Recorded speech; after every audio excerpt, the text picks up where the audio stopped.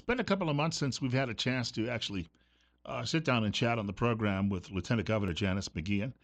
Today is one of those days, and I do appreciate she's doing this on short notice because late yesterday I thought, with the demonstration taking place outside St. Luke's in Twin Falls tomorrow afternoon, she has been a major player in this effort to try and say, hey, look, individual liberties under threat here with the threat of a vaccine mandate in order to keep your job. About 5 minutes after 9 o'clock, we're at 64. Bill Colley as well on Magic Valley this morning on 96.1 FM, News Radio 1310 KLIX, and News Radio 1310.com. And I've mentioned before, you addressed the Lieutenant Governor as governor. So if people think that I'm offering an endorsement, well, I might be anyway. But it's also easier than saying Lieutenant Governor. You save a few syllables too. So, Governor, welcome back to the program. Well, thank you, Bill. Thanks for the invitation to join you today. But actually, today I am the acting governor again, so you're perfectly suitable and right to be referring to me as the governor today. So thanks. I think that Brad was looking over his shoulder as he was going to the airport. In fact, I was reading, what was it, Chuck Malloy. Again, these liberal newspaper people, they're not necessarily they're not necessarily friendly to you, but he said that after the governor was out of town and you issued the order some weeks ago, he said it was a brilliant political move. And so I have to give you some credit for that, because if nothing else, if there were people who moved to Idaho in the last 6 months and didn't know your name, they know it now. Yeah, well, and that's what led to a lot of some of the national media that I received and going on to the Tucker Carlson show. I mean, people are just thirsty for hearing a different perspective on things, and instead of just being spoon-fed. And I know some people had a concern about me exercising my authority in that capacity, but the reason I did it was to expose the hypocrisy that was happening in our state. And the governor had a year and a half to correct this, but he refused to. And it was only affecting a population. The masks were only affecting a population which is the least at risk, and that's our children, our kids. And if he would listen to some of the stories that I heard from the children and the school teachers and the parents, he would understand the problem with forcing our little kids to be wearing these masks. There's no reason for it. They're being taught to be fearful, and there's discrimination taking place, and I just couldn't tolerate it anymore. So that's why I did it. The one thing that I think that I've noticed in the course of the last couple of weeks since these announcements came out from the healthcare sector is that, and I brought this up to someone yesterday, I said, as it turns out, mandatory vaccines just may be the third rail of Idaho politics, and the public reaction has been, I know from what I'm hearing in the background that a lot of other Republicans, and they're not publicly saying it, but they're if they had their druthers, they would just hope that the hospitals would just come out tomorrow and say, sorry, this was a bad idea, because they seem to feel that they've been put between a rock and a hard place. But you, on the other hand, you didn't wait to see what the big donors said. You got reaction from the public, I'm sure, very quickly, and you didn't waste any time in making a statement. Well, the people of Idaho deserve more, and they deserve better from their elected representatives and their leaders. They deserve these people to stand up and at least be willing to have a discussion about. That's the thing that's been very concerning to me, is that it appears that there are some that just don't want to have a conversation. The Idaho Association of Commerce and Industry, IACI, most people know them as IACI, they had a vote last week, and they issued a letter to the lawmakers, and they voted unanimously to vehemently oppose what they called the lieutenant governor's demand for the legislature to come back. Well, it wasn't a demand. I formally requested to the Speaker of the House that the legislature convene. There's a difference between a demand and a request, but they didn't they didn't state it that way. And then the other thing they said in their letter was that they were really opposed to this because they didn't want the legislature to come on and place more mandates on them, and that's what I was advocating for. And that again is false, because I have never said anything about mandates on business. In fact, I think it's quite hypocritical for those now. Where was IACI last year when the governor interfered with the private sector and came in and shut down all these businesses? Where was IACI when that was happening last year? Why did they not stand up and say this is wrong? The government should not be shutting down businesses and the private sector for no fault of theirs. So a bit of hypocrisy there, and I never said anything like that at all. But we should be having a discussion. We should not shy away from these contentious debates, these contentious issues. I got a note from a woman named Dee Dee here in Twin Falls. She's dropping me a message, and she says, "Why is Governor Little so silent on the shot mandates?" And she says, "Can you do anything to stop it?" And she also says, by the way, she thinks you would be a great governor. Well, thank you. Is it Dee? Yeah. Thank you. Yeah. Good question. Why is our governor not speaking out on this? Why are more of the lawmakers not speaking out on this? It's a good question, and it just goes back to my previous comment that we should not shy away from having discussion and debate on these difficult decisions. I mean, and I understand and I respect that there are arguments on both sides. There always are. There's always arguments on both sides. And we have to, as policymakers, we're not elected to go and, just go through the buffet and have parties and receptions over there in Boise.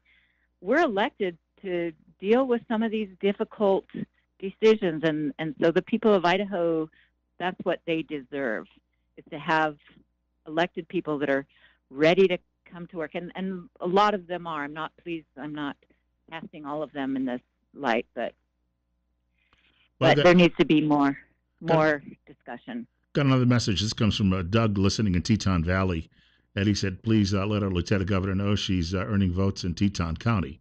Of course, I know one of your favorite restaurants is over there too. Oh yeah,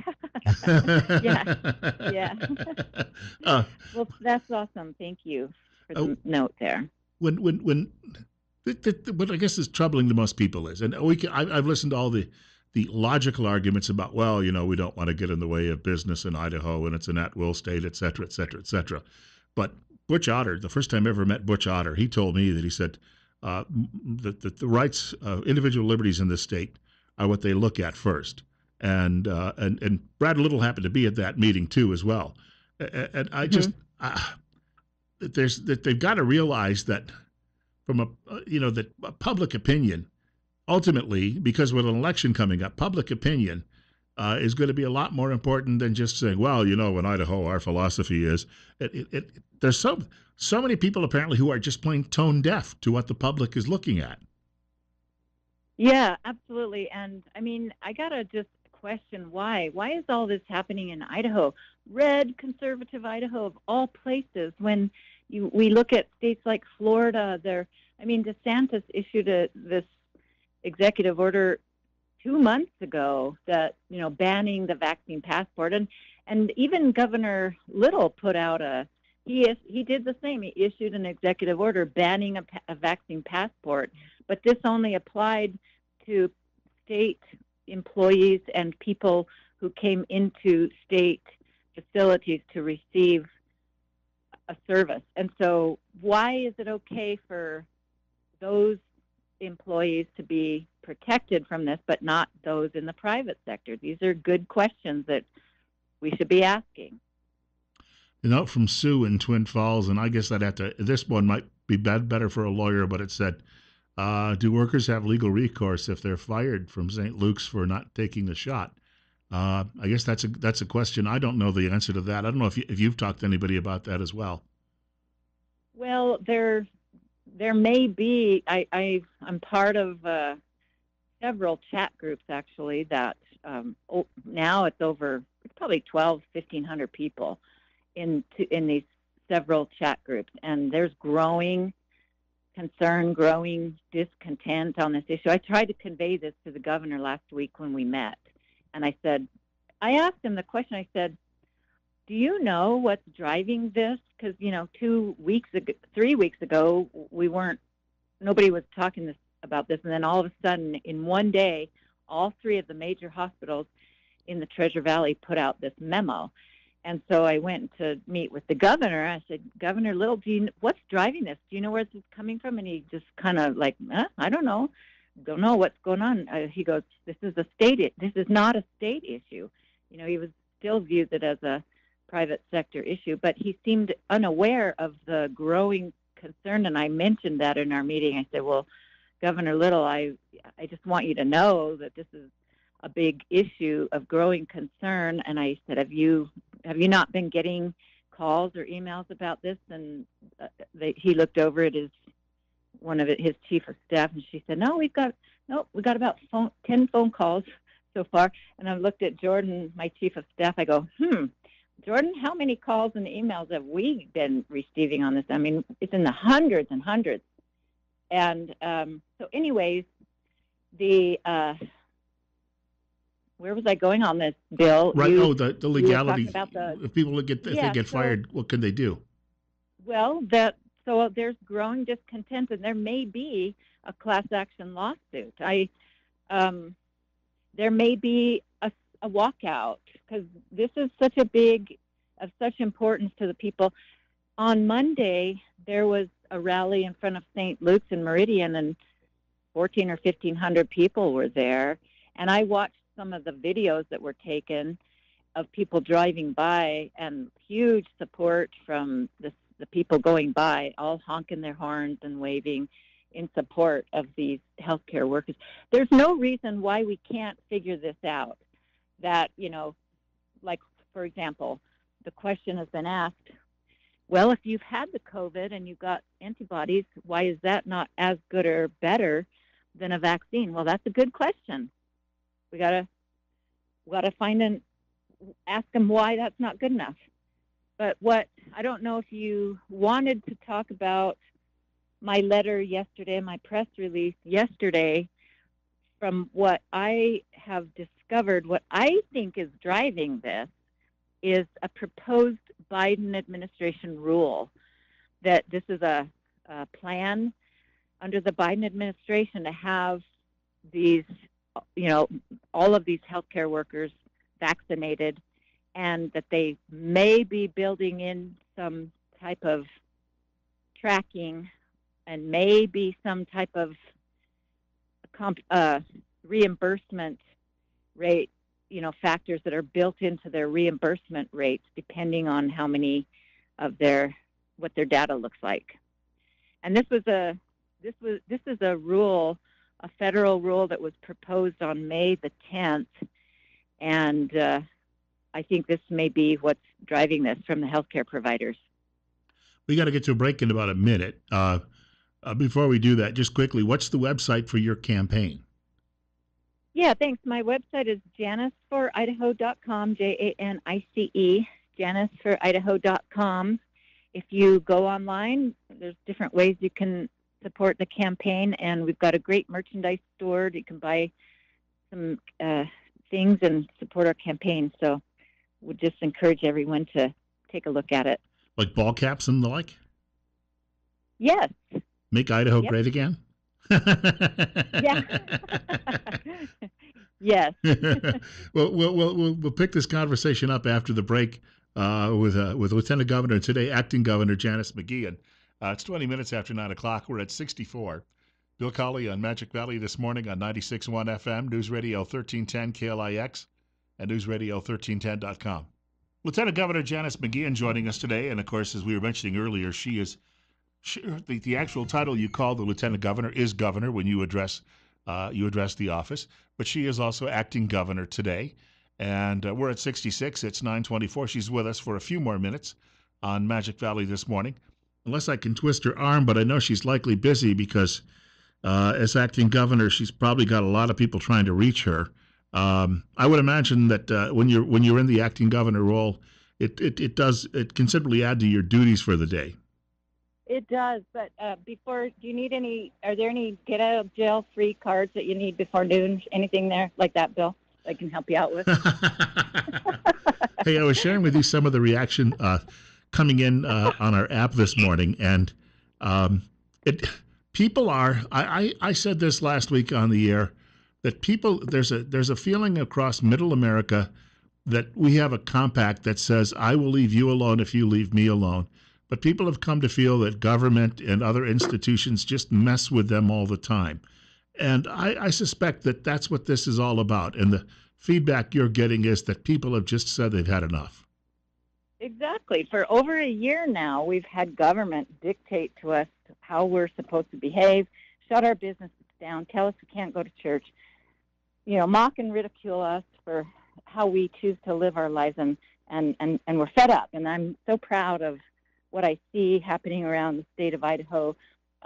With it's been growing over the past year, where more and more people are standing up and recognizing what is happening in our state, and I'm really proud of the people, and I want to encourage Idahoans to continue to do this, continue to stand up for your rights, and we're not going to continue to allow ourselves to just be constantly be bullied around anymore. So good job, and keep up the good work. Here's a process question, because one of the questions that came in was from a writer concerned that we'll have a huge number of people in the primary next year to muddy the waters, and that would benefit the incumbent, although he hasn't announced. But do you think that all of these people who've announced will still be there come primary day? Well, the governor has not yet announced formally, but he is out there raising money. So to me, that says more than any public announcement. I just didn't know that when Ed announced. I wondered. A lot of people said at the time that he might just be a plant to take votes away from your campaign. Well, I don't know that. I can't say that or speculate on that. But I have to focus on my campaign and my mission to become the next governor of the state. And I'm not campaigning against other people. I'm campaigning for that seat. That seat belongs to the people of Idaho. It doesn't belong to any person. And my hope is that as we get farther down the road with this campaign, that those of us who call ourselves conservative, whether it's the end of the year or January, if there's one person that is kind of emerged to be the front runner, as in all cases, that the others would step back and everyone unite behind one candidate. As far as standing for the conservative position and fighting for personal freedoms and liberties and protecting our state sovereignty and showing the strong leadership that we need to have in Idaho, that we see, this growing threat from the federal government and what is going to be needed and necessary to stand up against the federal government and the encroachment, the continued encroachment onto our lives. So that's my sentiment. I do believe that's what will happen. But, from now until then, whenever that may be, we all need to be doing our jobs, is getting out there, campaigning and talking to the people, listening to their concerns. Well, I got to tell you, one last note came in from a writer named Brandon, and he's a U.S. Marine, and he said he wants to thank you for standing up for people's rights. And before I let you go, I will tell you that I didn't have one negative comment come in, and we had a lot of messages. So apparently nobody at the newspaper was listening. Well, I've told you before, Bill, and I'll say it again. I'm thankful for you for giving a different perspective, a different news outlet through the local talk radio programs. I really enjoy listening to the local talk radio shows because you really learn a lot about the local community. So thanks for what you do and your role in helping to circulate the truth and not propaganda and not flat out lies in some cases. Well, thank you for your time. We'll talk again soon. Thanks a lot, Bill. You have a great day. You too. Thank you. Acting Governor today, Janice McGeachin, joining us, currently serving as Lieutenant Governor as well in the state of Idaho, and a candidate for governor on Magic Valley this morning. We're coming up on 9:30 at 67. Bill Colley with you one more half hour on Magic Valley this morning on 96.1 FM, News Radio 1310 KLIX, and newsradio1310.com.